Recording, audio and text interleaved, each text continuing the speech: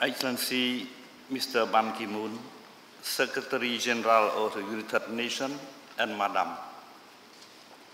Excellencies, under an Assistant Secretary General of the United Nations, judges, co-prosecutor, staff of the ECCC, Excellencies, ladies and gentlemen.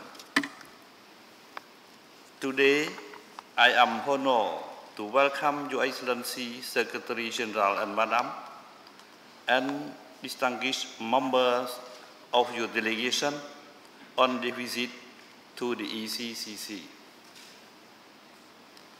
On behalf of the Royal Government of Cambodia, and in my capacity as the Chairman of the Task Force on the Khmer Rouge trials and signatory of the agreement, I extend my compliment and sincere appreciation for the cooperation by the United Nations in establishing and building the ECCC to its present well-functioning state.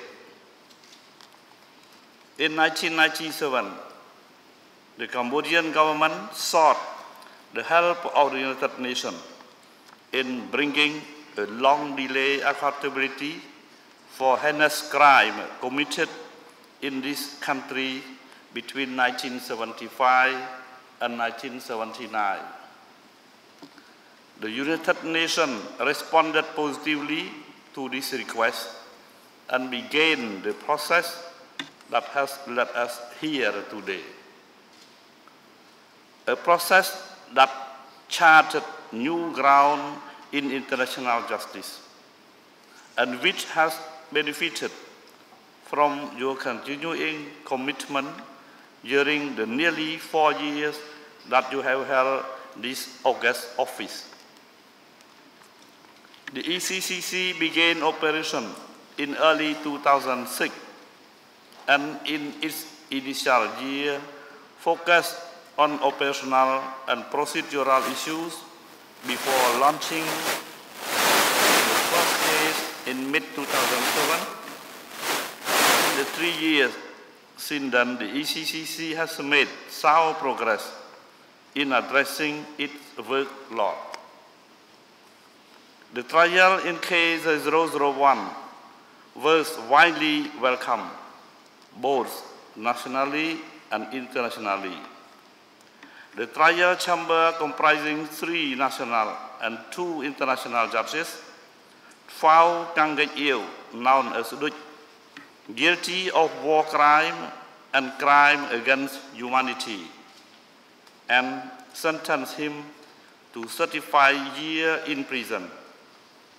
All 3 parties, that means defense, prosecution, and civil party, have filed notice of appeal to the support chamber to be decided over the coming months.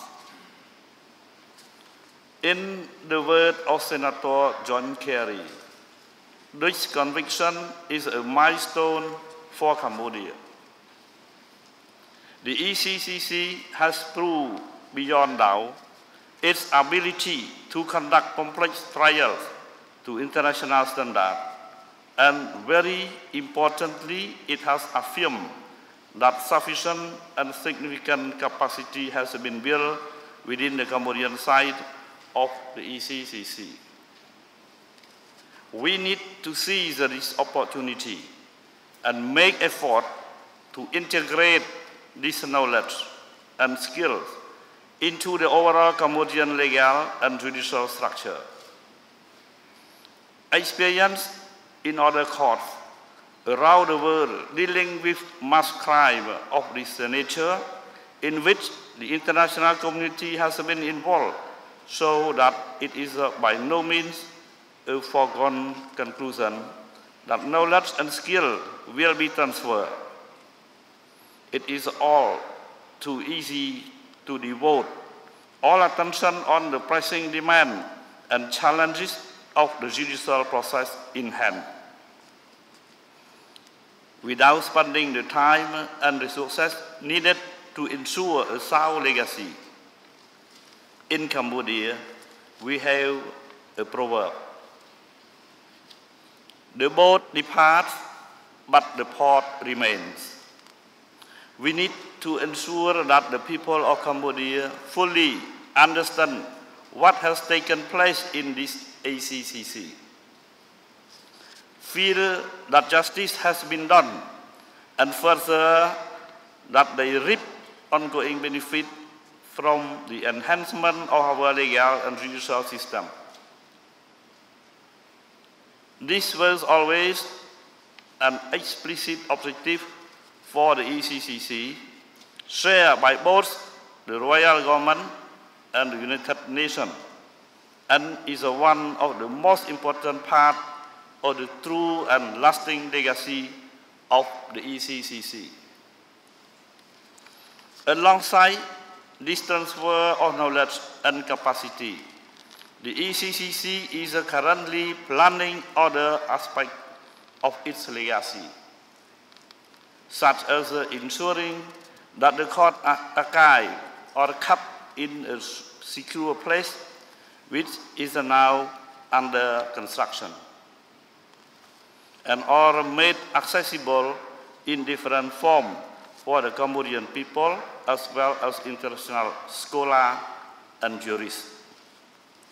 And of course, the greatest legacy of all is bringing a long-awaited sense of justice and accountability for crime committed so long ago.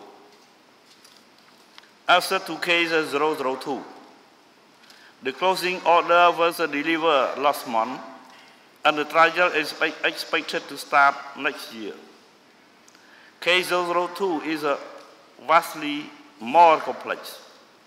The 4 surviving senior leaders of the regime are charged in what is arguably the most important such case in international legal history.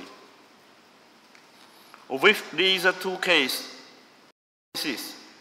the court can establish the history record and judicial accountability by the senior leader and those most responsible for the suffering of the Cambodian people over the period of 3 years, 8 months, and 20 days.